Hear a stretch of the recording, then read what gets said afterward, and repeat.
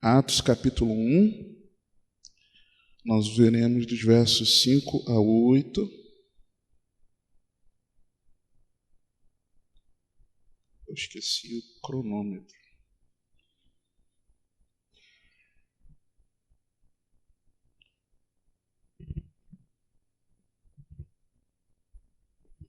Amém? Abra, por favor, Atos dos Apóstolos, capítulo 1, versos 5 a 8.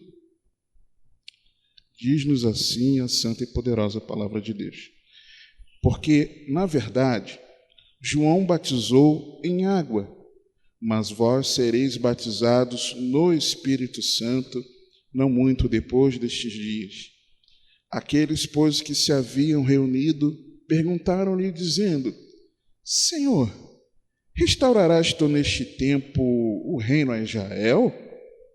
E disse-lhes: Não vos pertence saber os tempos ou as estações que o Pai estabeleceu pelo seu próprio poder, mas recebereis o poder do Espírito Santo, que há de vir sobre vós, e ser-me-eis testemunhas, tanto em Jerusalém, como em toda a Judéia e Samaria, e até aos confins da terra.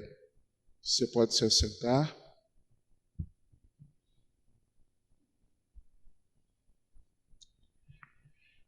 Quem aqui sabia que o nosso país, a nação brasileira, é o país que mais passa tempo em aplicativos?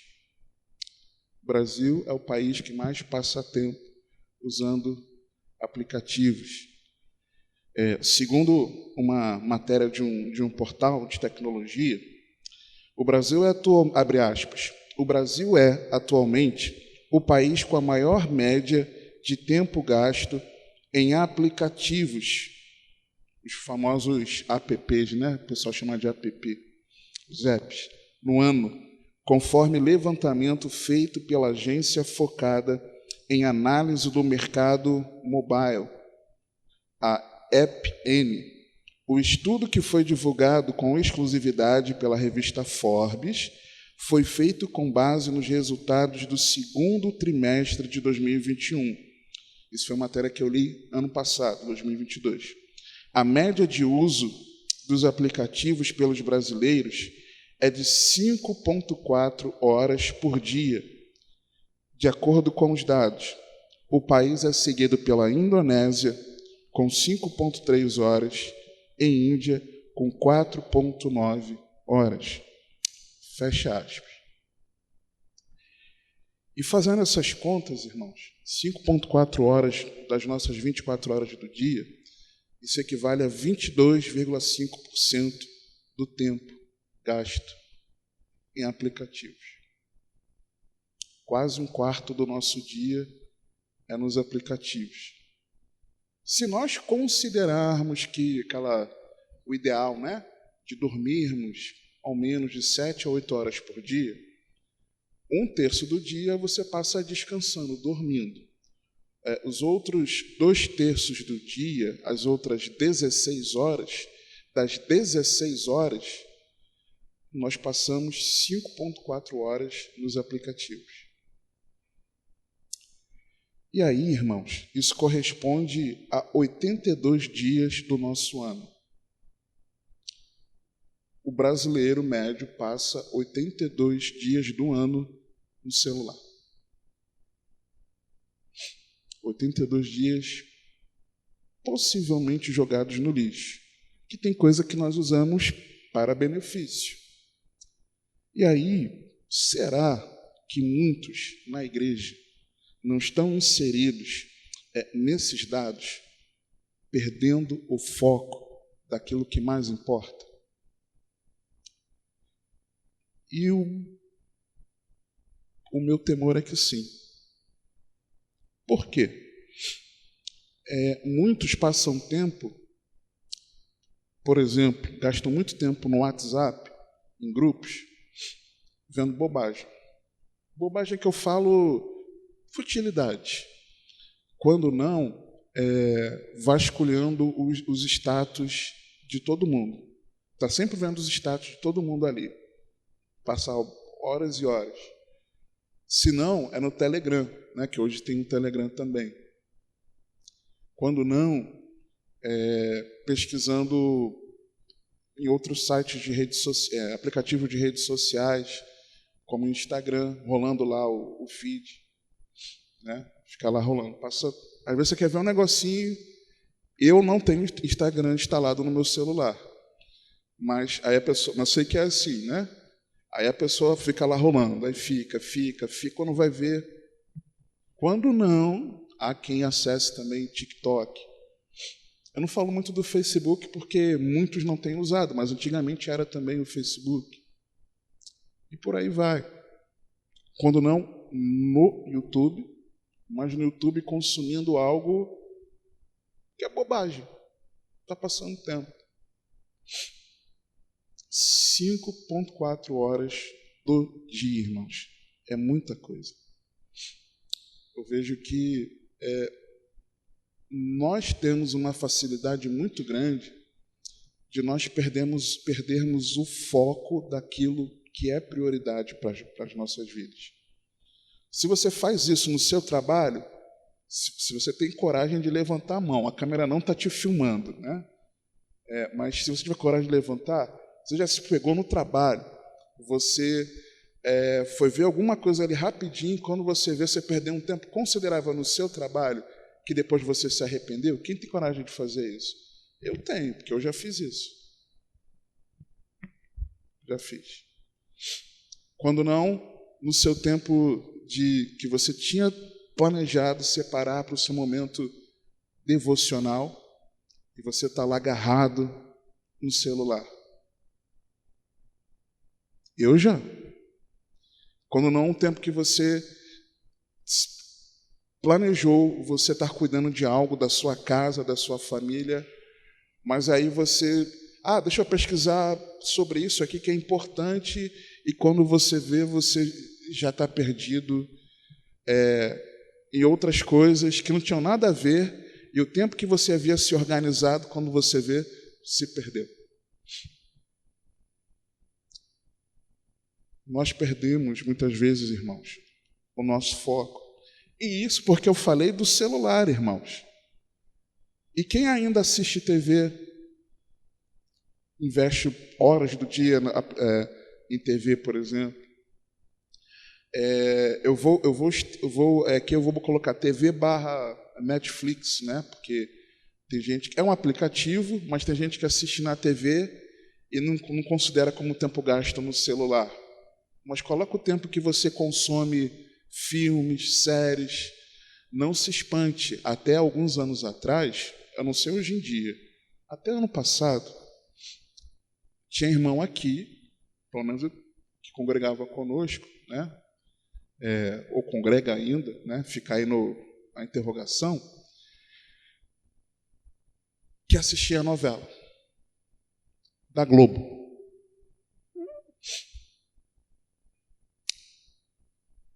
Imagina o tempo que você passa,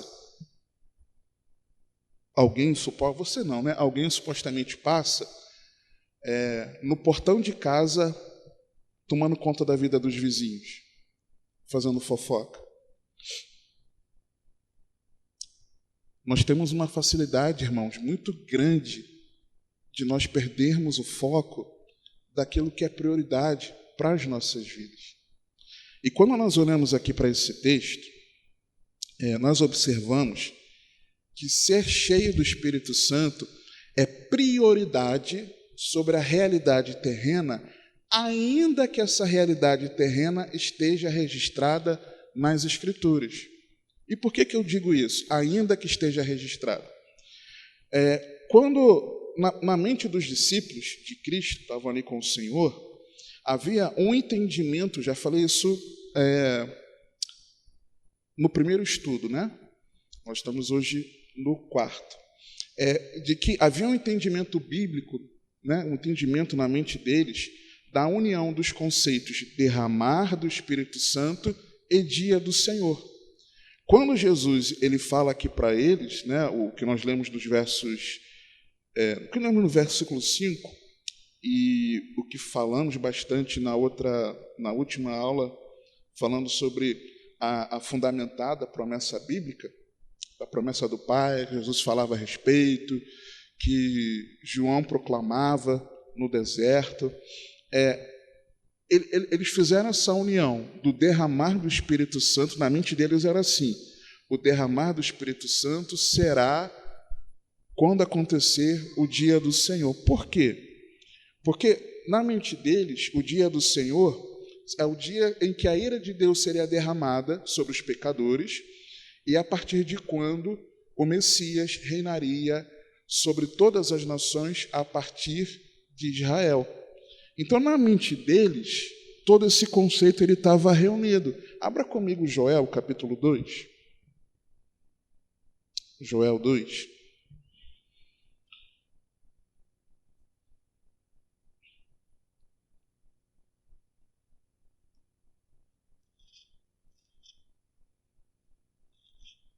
Ezequiel, Daniel, Oséias, Joel, Amós, Obadias.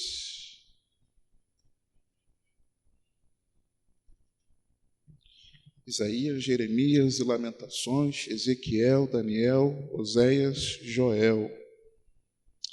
Capítulo 2, versos 28 a 32.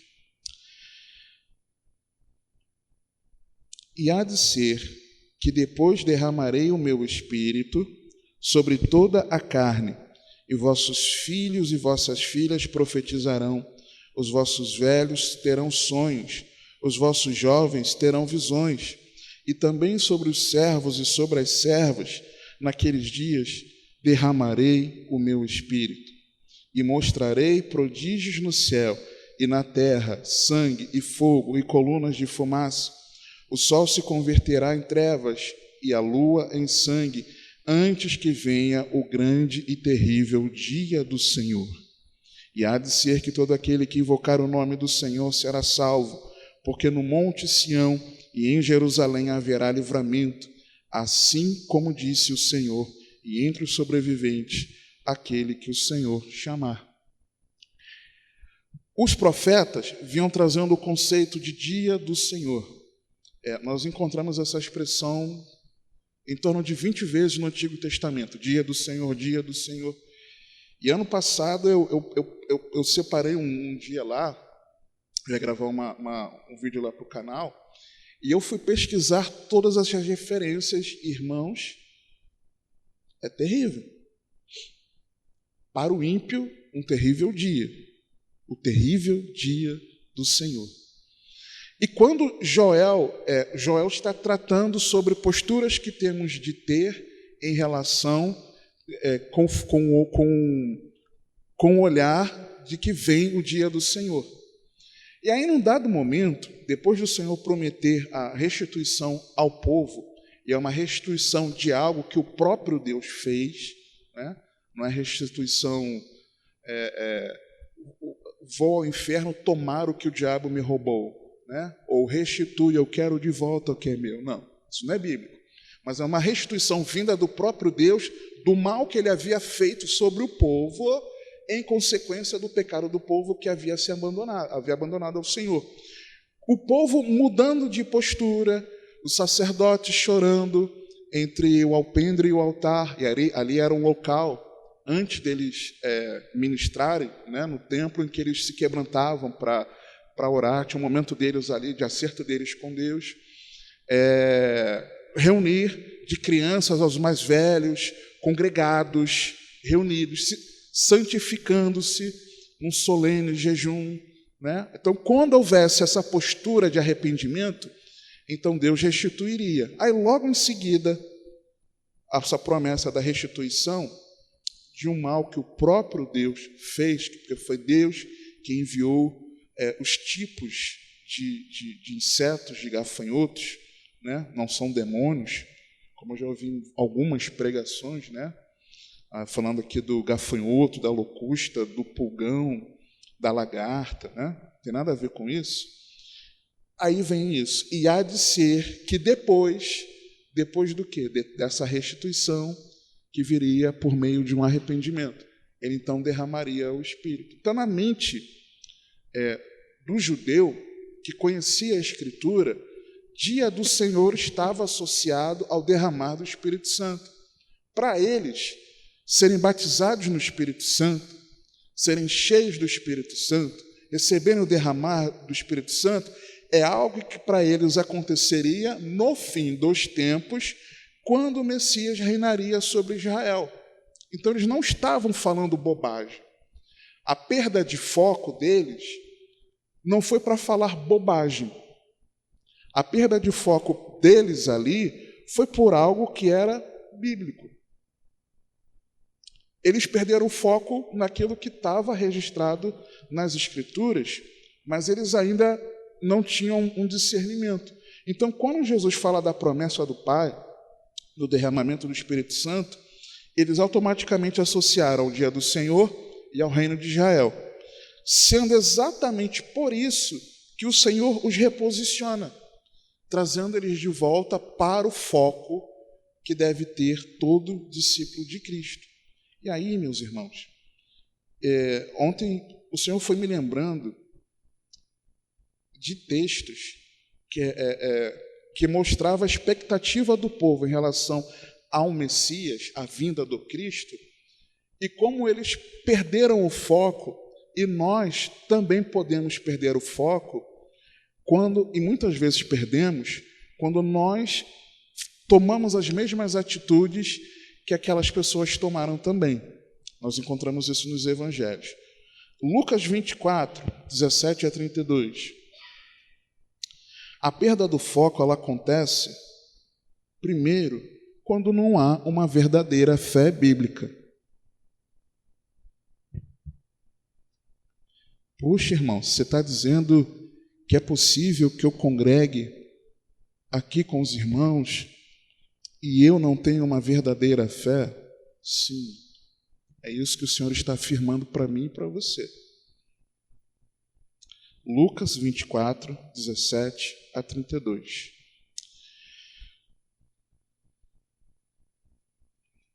Jesus havia morrido, ressuscitado, e 2 discípulos de Cristo, no caminho para Emaús, iam falando entre si de tudo aquilo que havia acontecido e estavam perturbados com aquela situação.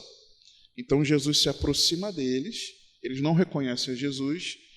Aí, a partir do versículo 17, o texto diz o seguinte: e ele, Jesus, lhes disse: que palavras são essas que caminhando trocais entre vós, e por que estás tristes? E respondendo um, cujo nome era Cleopas, disse-lhe: és tu só peregrino em Jerusalém, e não sabes as coisas que nela têm sucedido nestes dias? E ele lhes perguntou: quais? E eles lhes disseram: as que dizem a respeito a Jesus Nazareno, que foi homem profeta, poderoso em obras e palavras, diante de Deus e de todo o povo. E como os principais sacerdotes, os nossos príncipes, o entregaram à condenação de morte e o crucificaram. E nós esperávamos que fosse ele o que remisse Israel, ou seja, aquele que reinaria em Israel, a partir de quando todas as outras nações, todos os outros reinos seriam subjugados ao reino de Israel. Mas agora, sobre tudo isso, é já hoje o 3º dia, desde que essas coisas aconteceram. É verdade que também algumas mulheres dentre nós nos maravilharam, as quais de madrugada foram ao sepulcro. Ou seja, eles ficaram maravilhados, empolgados. Não é possível, não pode ser verdade. E não achando o seu corpo, voltaram dizendo que também tinham visto uma visão de anjos que dizem que ele vive. Ô peregrino, essa historinha daquelas mulheres, bem que eu desconfiava delas. Vamos ver se pode. Jesus ia ressuscitar. Um negócio desse. E alguns dos que estavam conosco foram ao sepulcro e acharam ser assim como as mulheres haviam dito, porém a ele não o viram.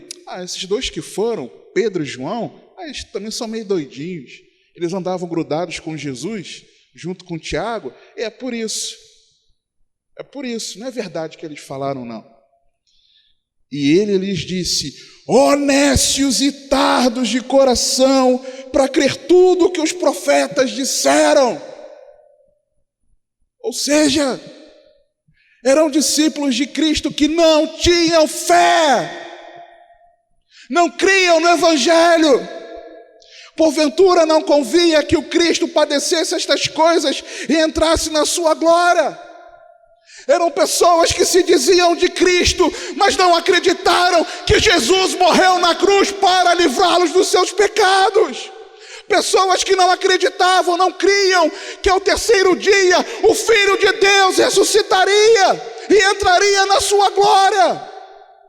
E muitas vezes, irmãos, nós somos esses que não creem no poder da ressurreição de Jesus, que não creem de verdade que a nossa dívida foi paga, que a cédula de dívida que era contra nós, a nossa acusação, a nossa ficha corrida dos nossos crimes contra Deus foi rasgada na cruz do Calvário.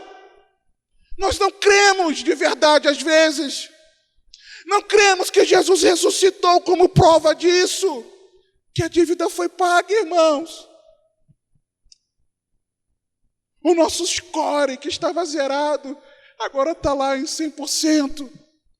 Porque a justiça de Cristo, pela nossa fé nele, ela é atribuída a nós. Quando o Pai olha para mim e para você e nós estamos em Cristo, quando Ele olha para nós, Ele vê o sangue de Jesus que foi derramado para satisfazer a sua justiça. Eles não criam nisso.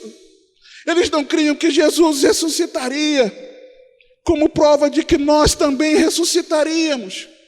Eles não criam que Jesus entraria na sua glória. Jesus fala isso aqui, e entrasse na sua glória.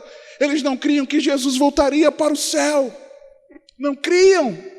Eles não criam que Jesus lá no céu está à destra do Pai, intercedendo por mim e por você, quando nós tropeçamos.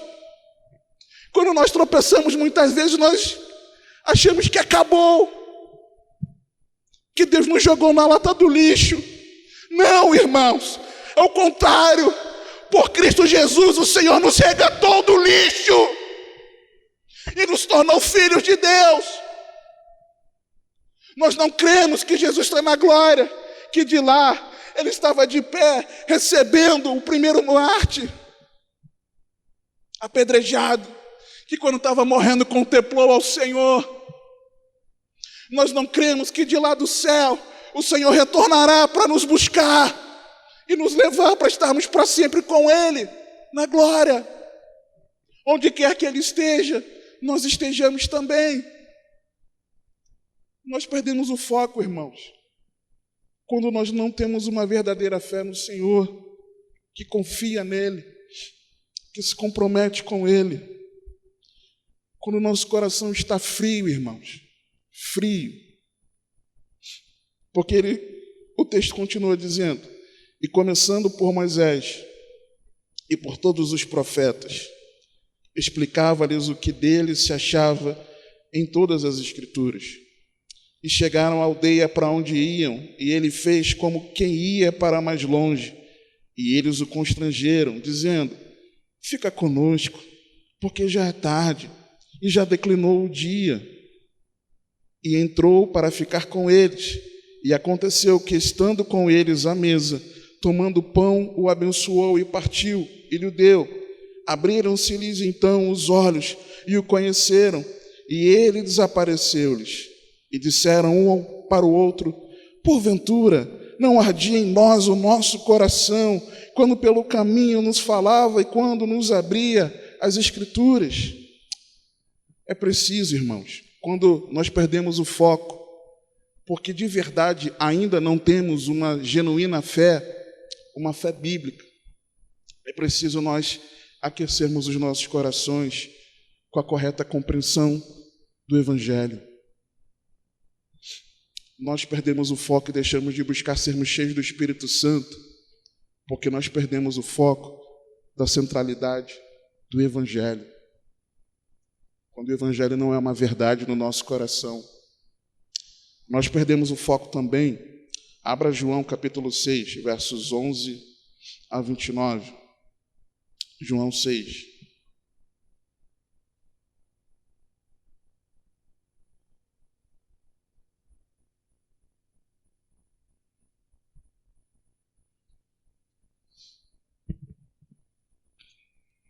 Contexto da multiplicação dos pães e peixes, a primeira multiplicação.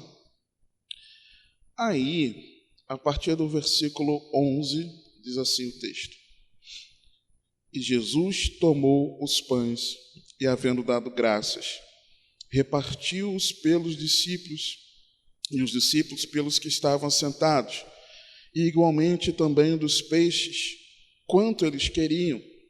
E quando estavam saciados, disse aos seus discípulos: Recolhei os pedaços que sobejaram, para que nada se perca.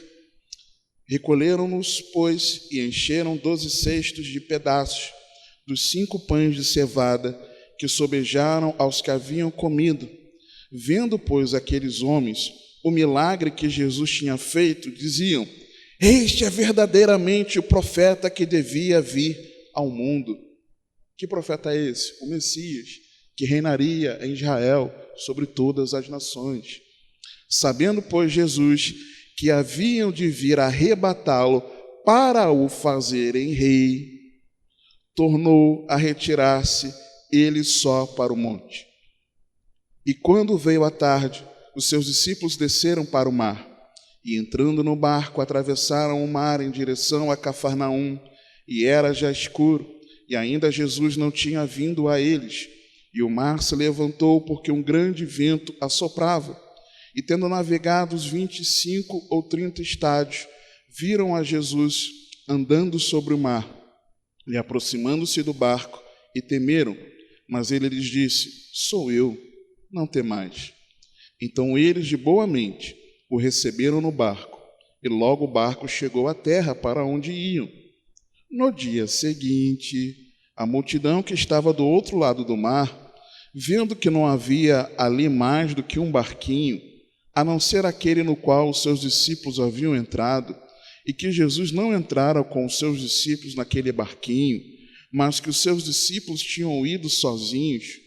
Contudo, outros barquinhos tinham chegado de Tiberíades, perto do lugar onde comeram o pão, havendo o Senhor dado graças.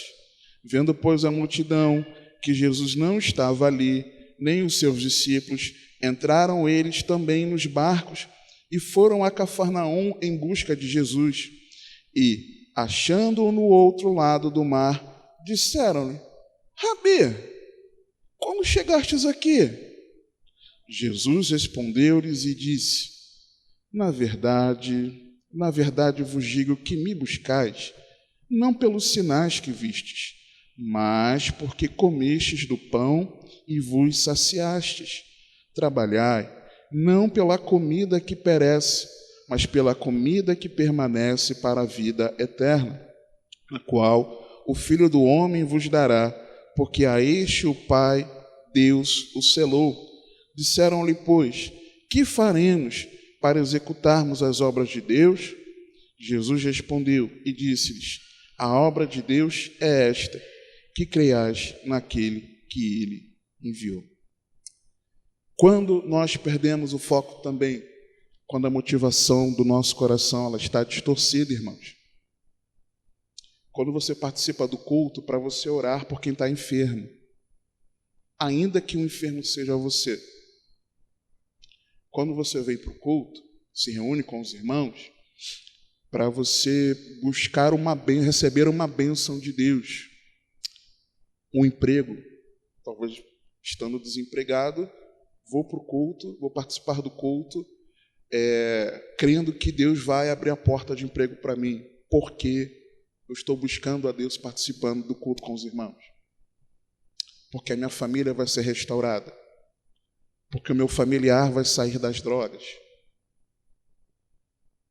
porque meu parente vai se converter, porque aquele problema que eu estou vivendo com os meus vizinhos, aquilo vai dissipar. porque o projeto pessoal de vida que eu tenho vai dar certo, porque eu vou agradar a Deus, né? Aí fazer uma distorção lá do Salmo, né? Eu vou agradar a Deus, ele vai satisfazer o desejo do meu coração, distorcendo a palavra de Deus, ignorando que é você desejar o que Deus quer. Aí Deus satisfaz. Quando nós buscamos a Deus pela motivação errada, quando nós congregamos pela motivação errada, quando nós... irmãos, eu falo isso 1 milhão de vezes, eu só paro se Deus mandar eu parar de falar. Quando nós oramos para obter algo de Deus e não para nos relacionarmos com o nosso Pai. Quando nós lemos a Bíblia para encontrar a solução que o Senhor vai me dar, bíblica, porque está na palavra, para aquele problema que eu estou vivendo, mas não para você ser fortalecido em Cristo, não para você encontrar Cristo, não para o seu crescimento espiritual. É quando você jejua para alcançar algo de Deus, e não que você jejua porque você tem fome de Deus. Você perde o foco. Eu perco o foco. Quando o nosso coração, ele não está de verdade em Jesus, mas naquilo que a vida em Cristo pode nos proporcionar, nós perdemos o foco e não queremos ser cheios do Espírito Santo. Quando, por exemplo, a sua motivação é errada de ser cheio do Espírito Santo para você ganhar destaque no meio das pessoas. Porque você associa equivocadamente que ser cheio do Espírito Santo é você fazer assim, os rapazes da minha geração vão se lembrar. Quando você faz assim com as mãos e sai um Hadouken, aí sai um poder de você assim, porque você é cheio do Espírito Santo. Tem irmã que riu, acho que tem irmã que jogava também Street Fighter. E não é, irmãos. E isso nós vamos ver na próxima lição, tá? O que nos confere a capacitação de sermos cheios do Espírito Santo. Não é. E aí, quando a nossa motivação está distorcida, não adianta, irmãos. Nós perdemos o foco. É simples assim. Isso acontece comigo, queridos, tá? E aí, o que Jesus fez? Jesus os confrontou com as duras palavras de vida eterna. Jesus caiu para dentro. Vocês são interesseiros. Falou, irmãos. E foi falando mais. E foi desenrolando toda a conversa. Aí, quando chega no versículo 60, muitos, pois, dos seus discípulos... Aí Jesus fala do comer da carne, beber do sangue, né? Tem um significado. Dura este discurso. Quem o pode ouvir? Aí Jesus vira e fala... Vocês ficaram escandalizados? Ficaram doidinhos comigo? Porque eu falei a verdade? E continua. Que seria, pois, no 62, se visseis subir o Filho do Homem para onde primeiro estava? O Espírito é o que vivifica, a carne para nada aproveita. As palavras, ou seja, tudo aquilo que é a minha motivação para satisfazer a minha carne, das minhas necessidades terrenas da carne, para nada aproveita. As palavras que eu vos digo são espírito e vida, mas há alguns de vós que não creem.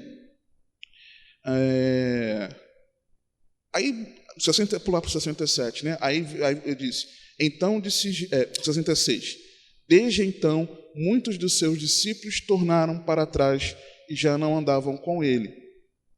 Jesus ficou com peninha dos apóstolos? Não. Então disse Jesus aos 12, quereis vós também retirar-vos? E aí? Não aguentam falar a verdade também não, vocês? Em Pedro, em Tiago, em Bartolomeu, André, João, não aguentam não? Judas, não aguentam te falar a verdade não? Quer sair também?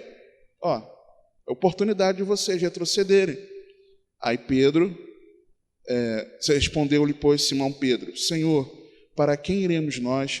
Tu tens as palavras da vida eterna. E nós temos crido e conhecido que tu és o Cristo, o Filho do Deus vivente. Aí Jesus, Quando Pedro falou isso, o ego de Jesus foi afagado, né? Uau, é isso aí, Pedrão. Glória a Deus. Não, respondeu-lhe Jesus, não vos escolhi a vós os 12, e um de vós é um diabo. Jesus não ficou ali, não amaciou porque Pedro falou a verdade, né? Não. As duras palavras de vida eterna. Quando a nossa motivação está errada, irmãos, nós precisamos ser confrontados nos nossos pecados. É simples assim, irmãos. Tem que confrontar. Sim, está no erro, está buscando... eu estou buscando a Cristo para eu ser liberto do meu pecado. Tem que ser confrontado. Eu não busco a Cristo para ser liberto. Eu o busco porque Ele me salvou. É diferente. Tem que ouvir a verdade. Mas é duro. É duro, irmão. Jesus foi duro aqui, irmãos. E aí, o que a gente vai fazer? Não, tem que falar com amor. Com amor. Mas às vezes esse amor é um amor firme. Se você é um pai, é uma mãe, você vai falar uma verdade que é necessária para os seus filhos. Às vezes você não precisa ser mais firme na forma de falar, para dizer a verdade, para ele parar, para te ouvir. E é assim, irmãos. Então, quando a nossa motivação está distorcida, nós precisamos ser confrontados com as duras palavras de vida eterna.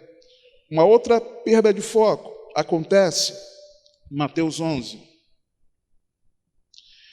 Quando as tribulações ecoam mais alto, irmãos. Quando as tribulações ecoam mais alto. E importa que por muitas tribulações nós entremos na glória, irmãos. Mateus capítulo 11, versos 1 a 6. João o Batista, o mesmo João que sabia, porque o Pai falou para ele, que aquele que ele visse descer o Espírito Santo é o que batiza no Espírito Santo, ele pregava isso. O mesmo que reconheceu que aquele era o Cordeiro de Deus que tirava o pecado do mundo, esse mesmo João, que era inclusive familiar de Jesus, aconteceu isso aqui, quando ele estava preso porque pregou o Evangelho. E em seguida ele morreu decapitado. E aconteceu que, acabando Jesus de dar instruções aos seus 12 discípulos, partiu dali a ensinar e pregar nas cidades deles. E João, ouvindo no cárcere falar dos feitos de Cristo, enviou 2 dos seus discípulos a dizer-lhe: És tu aquele que havia de vir, ou esperamos outro? E Jesus, respondendo, disse-lhes: Ide e anunciai a João as coisas que ouvis e vedes. Os cegos veem e os coxos andam, os leprosos são limpos e os surdos ouvem, os mortos são ressuscitados, e aos pobres é anunciado o Evangelho. E bem-aventurado é aquele que não se escandalizar em mim. O que acontecia aqui? João, como bom judeu, também esperava o Messias. E ele já sabia que Jesus era o Messias. Só que, como bom judeu e conhecedor das Escrituras, ele sabia das profecias que mencionavam a vinda do Messias e o seu consequente reino de paz e de justiça, que haveria o dia do Senhor. Então, quando ele vê, peraí, eu estou aqui preso porque eu confrontei o pecado de Herodes, né? Possivelmente ele não sabia que seria morto, mas temendo a morte, provavelmente, porque eu estava pregando a verdade, anunciando, preparando o caminho de Jesus, batizei a Jesus, falei a verdade que eu não era o Cristo, mas apontei para o Cristo, eu estou aqui preso por isso, e vem cá, quando é que Jesus vai reinar, vai assumir o reinado, e vai destituir Herodes, essa corja toda, o imperador? Quando é que isso vai acontecer?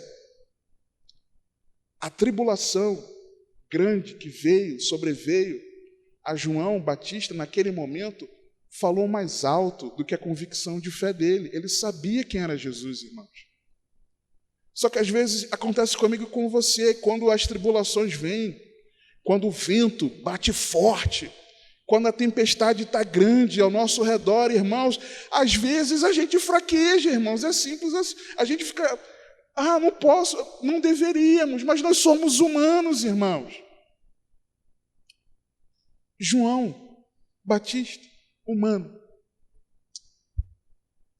Pergunta lá para ele se é ele mesmo, que eu estou aqui, ó. Às vezes, quando as tribulações falam mais alto, um momento de enfermidade, de um desemprego, de um problema na família, de uma briga no casamento, de um filho que só dá problema, sei lá, tantas circunstâncias na nossa vida, pessoal, familiar, e às vezes a gente está sem forças, e às vezes é fácil a gente perder o foco quando a gente está assim, irmãos. Quando isso acontece, o que Jesus fez aqui com ele? Jesus não só falou, olha, vão lá e digam tudo o que está acontecendo, vocês estão testemunhando, mas digam o que está escrito na palavra. E isso que Jesus fala aqui, dos cegos veem, coxos andam, leprosos são limpos, surdos ouvem, eram referências a textos de Isaías, que João conhecia. Então, quando nós perdemos o foco, quando as tribulações ecoam mais alto, é preciso nós realinharmos as nossas expectativas com a lembrança do que dizem as Escrituras, irmãos. Você precisa se lembrar da palavra. Eu preciso me lembrar da palavra.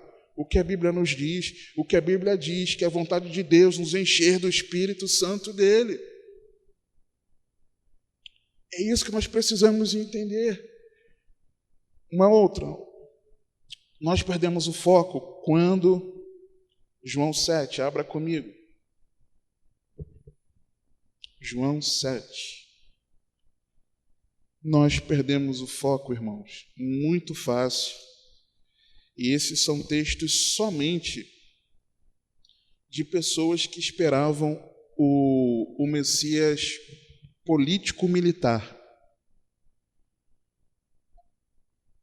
que destronaria Roma. João, assim como Atos 1, 6 a 8. João 7, 37 a 43. E no último dia, o grande dia da festa, Jesus pôs-se em pé e clamou, dizendo: se alguém tem sede, venha a mim e beba. Quem crê em mim, como diz a Escritura, rios de água viva correrão do seu ventre. E isto disse ele, do Espírito que haviam de receber os que nele crescem, porque o Espírito Santo ainda não fora dado, por ainda Jesus não ter sido glorificado. Então, muitos da multidão, ouvindo esta palavra, diziam: verdadeiramente este é o profeta. Outros diziam: este é o Cristo. Quem é o profeta ou o Cristo? O Messias que viria a reinar politicamente sobre Israel, na mente de muitos. Mas diziam outros: vem, pois, o Cristo da Galileia. Aí continuam, 42. Não diz a Escritura que o Cristo vem da descendência de Davi e de Belém, da aldeia de onde era Davi? Assim, entre o povo havia dissensão por causa dele. Qual é a outra perda de foco nossa? Quando o estudo bíblico torna-se distração. Quando nós nos distraímos com a própria Bíblia. Jesus, ele fala uma verdade espiritual grandiosíssima para eles. Acompanhe comigo. Versículo 38. Quem crê em mim, como diz a Escritura, rios de água viva correrão do seu ventre. Uma realidade espiritual maravilhosa registrada na palavra. Aí no versículo 42, não diz a Escritura que o Cristo vem da... Não Jesus, né? O povo lá falando. Não diz a Escritura que o Cristo vem da descendência de Davi e de Belém e da aldeia de onde era Davi? Ou seja, a realidade maravilhosa deles serem cheios do Espírito Santo, registrada na palavra, não tinha a menor importância. A importância deles era ter o foco na genealogia, da onde vinha Jesus. Espera aí, irmãos. É igual você e eu, quando nós lemos a Bíblia, meditamos na Bíblia, não com o foco certo. Lemos a Bíblia perdendo tempo com coisas de importância muito menor em relação às realidades espirituais. É preciso ficar com a essência do ensino da palavra de Deus. É meditar na palavra de Deus para o nosso crescimento e edificação espiritual. Eu aqui, irmãos, antigamente, em outro ministério, aqui também no início, os irmãos às vezes me perguntavam algumas coisas irrelevantes, e eu tinha a maior alegria de responder, né? Poxa, glória a Deus, está desejoso de aprender a Bíblia. Aí até que um dia, eu fui tirar uma dúvida sobre o que eu ia responder com o pastor Alan. Aí ele vem cá. Isso aí foi o irmão que perguntou, né? Foi. Pois é, mas será que esse irmão não está entendendo que isso não é nossa prioridade para o nosso crescimento e edificação espiritual? Quando o pastor Alan pastoreava aqui localmente. Aí eu fiquei sem resposta. O senhor está certo, meu pastor. Eu vou responder a ele segundo seu esclarecimento aqui da palavra, mas eu vou acrescentar essa informação. Eu dei a resposta, a pessoa eu falei, meu irmão, a partir de agora eu não vou te responder mais sobre essas coisas não, porque isso é perda de foco. O nosso foco é o arrependimento de pecados, é a santificação, é dar muito fruto, é o amor, é o crescimento espiritual, é sermos cheios do Espírito Santo, é sermos testemunhas de Cristo, é isso. E isso que você me perguntou não tem muito a ver com isso. Aliás, não tem nada a ver. Está na Bíblia, mas não tem nada a ver com isso. Tudo bem? Pronto. Desde então, eu faço assim. E não fique chateado comigo se eu fiz isso contigo, se eu continuar fazendo. Eu vou continuar fazendo. Inclusive, se na hora das perguntas você perguntar, eu vou falar, mas isso não é prioridade não. Eu vou falar, como eu já falei. Entendeu? Então, nós, às vezes, nos distraímos com o estudo bíblico. Com o estudo bíblico. Com coisas que estão escritas, mas aí nós queremos entender algumas minúcias do que está escrito, só que aquilo não vai transformar a nossa vida, irmãos. Não é útil, é inútil. Não é útil para o nosso crescimento, para a nossa edificação. Aliás, queridos discipuladores, se isso acontecer com vocês, vocês têm liberdade, é uma orientação que eu dou a vocês, façam a mesma coisa. Com amor, com jeito, claro, né? Não precisa ser grosseiro, mas da mesma forma, com delicadeza, com gentileza, desse toque. Porque não é o que vai nos levar a sermos mais íntimos do Senhor. Amém?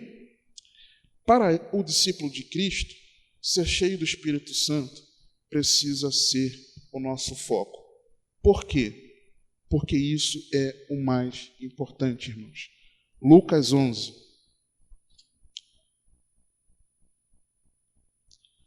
Evangelho de Jesus, segundo Lucas, capítulo 11.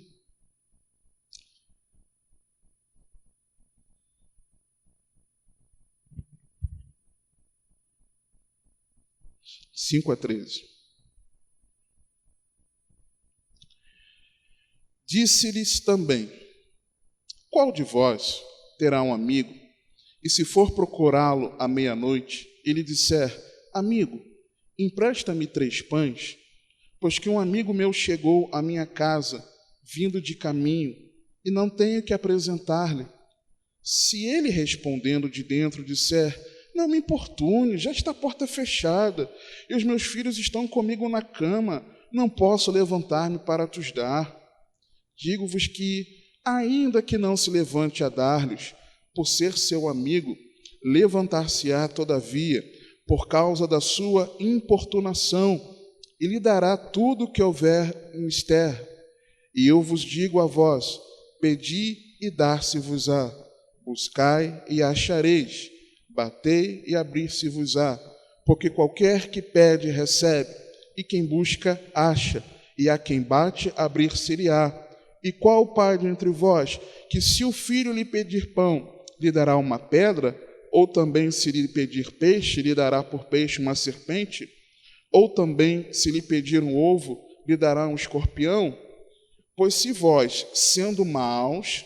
Irmão, Jesus falava a verdade numa boa. Nós somos maus.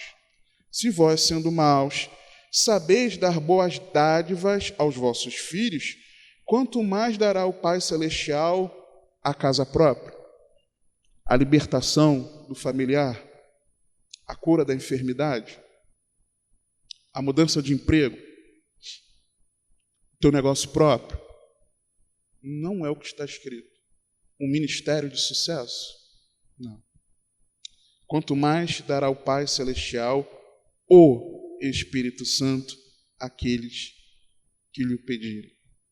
Que lhe pedirem? Jesus está dizendo que o mais importante que nós devemos pedir, o nosso foco na busca a Deus, é nós sermos cheios do Espírito Santo. Foi isso que Jesus disse. E aí, irmãos, vá para Mateus 7. Mateus 7.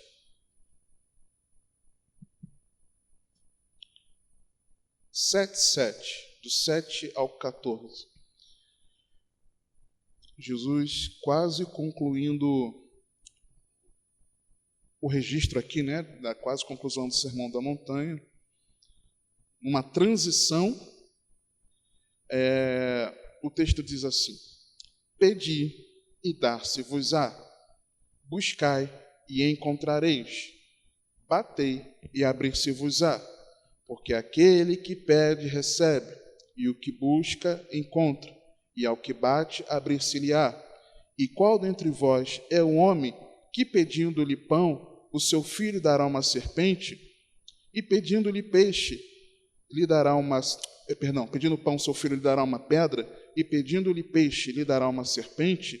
Se vós, sendo maus, sabeis dar boas coisas aos vossos filhos, quanto mais vosso Pai que está nos céus dará bens aos que lhe pedirem? E que bens são esses que Lucas 11 nos revela, irmãos? O Espírito Santo. Portanto, ou seja, já que vocês vão pedir muito, dedicadamente, aquilo que vocês mais precisam, os bens que vocês pedirem, e Jesus nos revela lá que é o Espírito Santo, portanto, já que vocês vão pedir serem cheios do Espírito Santo, tudo que vós quereis que os homens vos façam, fazei-lo também vós, porquanto esta é a lei e os profetas. Entrai pela porta estreita, porque larga é a porta e espaçoso o caminho que conduz à perdição. E muitos são os que entram por ela, e porque estreita é a porta e apertado o caminho que leva à vida, e poucos há que a encontram. O que Jesus ensinou para a gente, irmãos? Que nós sermos cheios do Espírito Santo é a maneira que Deus nos capacita a nós fazermos ao nosso semelhante aquilo que nós queremos que Ele faça a nós.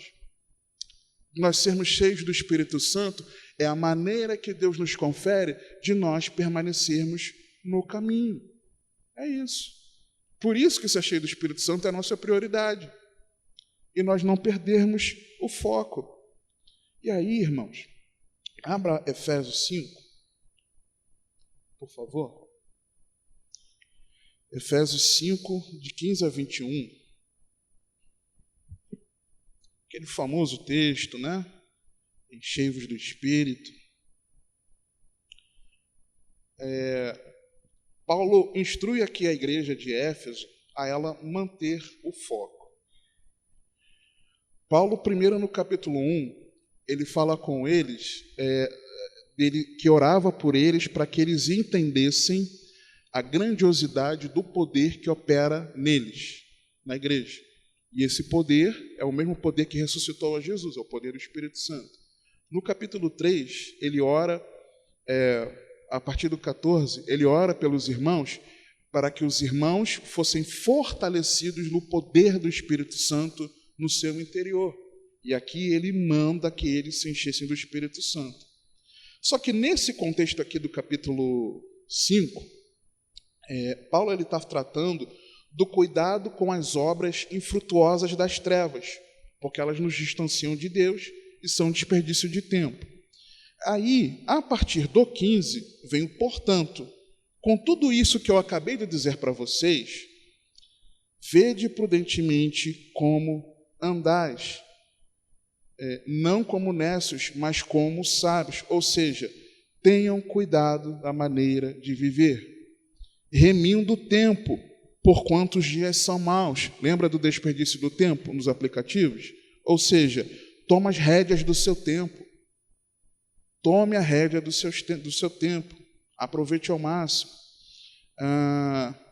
Por isso, não sejais insensatos, mas sabei qual a vontade do Senhor. Mergulha na vontade de Deus. Conheça o que Deus quer. E não vos embriagueis com vinho, em que há dissolução. Descontamine-se. Livre-se daquilo que faz você ficar entorpecido. Livre-se daquilo que faz você perder o controle. Daquilo que te deixa maravilhado com as coisas aqui dessa vida e te fazem perder o foco. Descontamine-se, é o que ele está dizendo. Mas enchei-vos do Espírito. Ele está dizendo, busque um enchimento contínuo. O verbo aqui, do enchei-vos, no grego, é um verbo que, além de indicar uma ordem, ele indica um tempo verbal que indica uma continuidade, é algo contínuo. Não é que você foi batizado no Espírito Santo e você nunca mais quer estar cheio do Espírito Santo, não. É algo contínuo. A igreja havia sido batizada no Espírito Santo, mergulhada no Espírito Santo, revestida do poder do alto, Atos 2. Em Atos 4, quando os apóstolos são libertos da prisão, recorrem à igreja, a igreja começa a orar, e a oração era para que eles tivessem ousadia para continuar pregando o Evangelho. O que Deus faz? Os enche novamente do Espírito Santo. Atos 4:31. Então é algo contínuo.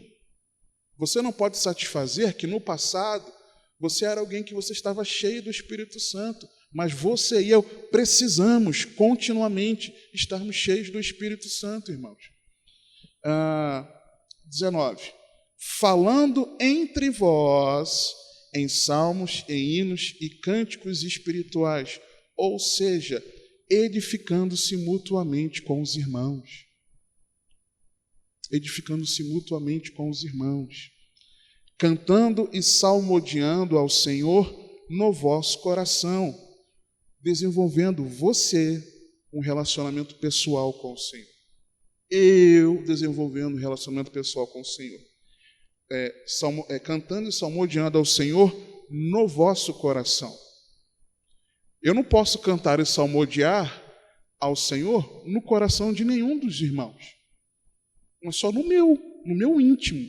No meu íntimo, eu preciso ter esse relacionamento pessoal com Deus. Você, no seu íntimo, precisa ter o seu relacionamento pessoal com Deus, mesmo estando reunido na edificação mútua com a igreja. Versículo 20. Dando sempre graças por tudo a nosso Deus e Pai. Parte A. Ou seja, entregando a Deus toda a glória. Mas eu estou passando por um momento difícil. Dando sempre graças, dando sempre, não é de vez em quando, é sempre, sempre. Graças por tudo, não é por qualquer coisa que você escolha. Por isso aqui eu vou glorificar a Deus. Mas por isso difícil que Ele me permitiu passar, não vou exaltar a Deus, não. Não. É entregando a Deus toda a glória. Aí continua o versículo. Em nome de nosso Senhor Jesus Cristo. Ou seja, colocando a Cristo no centro. Jesus precisa fazer parte. E mais do que isso, Ele ser o centro. É em Cristo. É em Cristo que você pode dar graças a Deus. É por causa de Jesus que você e eu podemos nos achegar ao Pai. É por causa de Jesus. E aí, uma parte aqui que é difícil para nós, né? Muitas vezes. sujeitando-vos uns aos outros no temor de Deus, humilhando-se. Humilhando-se. Submissão não é algo que a gente possa exigir a uma outra pessoa, mas ela é algo voluntário e na base da confiança. E nós muitas vezes nos doemos quando nos sentimos humilhados. Mas o pastor Marconi botou um texto sobre isso, não foi essa semana no grupo de pastores, né, pastor? Sobre humilhar, né? De ser humilhado e de você voluntariamente se humilhar. Humilhe-se. Quem é orgulhoso não é cheio do Espírito Santo. Perde o foco. Humilhe-se. Então, como? Como ser cheio do Espírito Santo? Concluindo. Atos 1, 5 a 8. Porque, na verdade, João batizou em água, mas vós sereis batizados no Espírito Santo não muito depois destes dias. Aqueles, pois, que se haviam reunido, perguntaram-lhe, dizendo: Senhor, restaurarás tu neste tempo o reino a Israel? E disse-lhes: Não vos pertence saber os tempos ou as estações que o Pai estabeleceu pelo seu próprio poder, mas recebereis o poder do Espírito Santo, que há de vir sobre vós, e ser-me-eis testemunhas, tanto em Jerusalém, como em toda a Judéia e Samaria, e até os confins da terra. Como ser cheio do Espírito Santo? Mantendo o foco no que é útil para o nosso crescimento espiritual, para que nós possamos viver para a glória de Deus. É preciso manter o foco com uma mentalidade na palavra, uma mentalidade bíblica, com o nosso coração na eternidade, aproveitando ao máximo o nosso tempo e concentrando o nosso empenho, a nossa dedicação, a nossa energia no que realmente importa. E o que realmente importa, irmãos, é que você e eu, todos os dias, estejamos cheios do Espírito Santo. E é isso que o Senhor quer nos ensinar nesse dia, a nós não perdermos o foco de um discípulo de Cristo, que é de ser cheio do Espírito Santo. Amém? Vamos orar? Bendito Deus, Pai eterno, graças te damos pela oportunidade de aprendermos da Tua palavra. Ajuda-nos a não perdermos o foco, Senhor, daquilo que é a prioridade para as nossas vidas, mas de nós simplesmente vivermos o que a Tua palavra nos ensina. Eu sei, Pai, que muitas vezes é difícil para mim, e eu imagino que seja difícil também para os meus irmãos, mas nós rogamos a Ti, nos ajuda, Senhor, nos ajuda. Nós dependemos de Ti, nós precisamos, Senhor, de Ti, e mais do que uma necessidade apenas, nós desejamos isso, Senhor, que no coração daquele que de verdade Te ama, entregou a vida a Ti, arrependido dos seus pecados, que o Teu Espírito seja derramado, Senhor, em abundância, fazendo transbordar, Senhor, para a Tua glória, tomando Tu conta de todo o nosso ser, Senhor, como a Tua igreja cantou ainda há pouco, controlando a nossa vida para a glória do Teu nome. E nós rogamos a Ti, Espírito Santo, guia-nos até a eternidade. Que essa verdade fique selada no nosso interior, para que nós possamos viver, Senhor, e não perdermos tempo com mais um estudo bíblico. No nome do Senhor Jesus. Amém. Graças a Deus.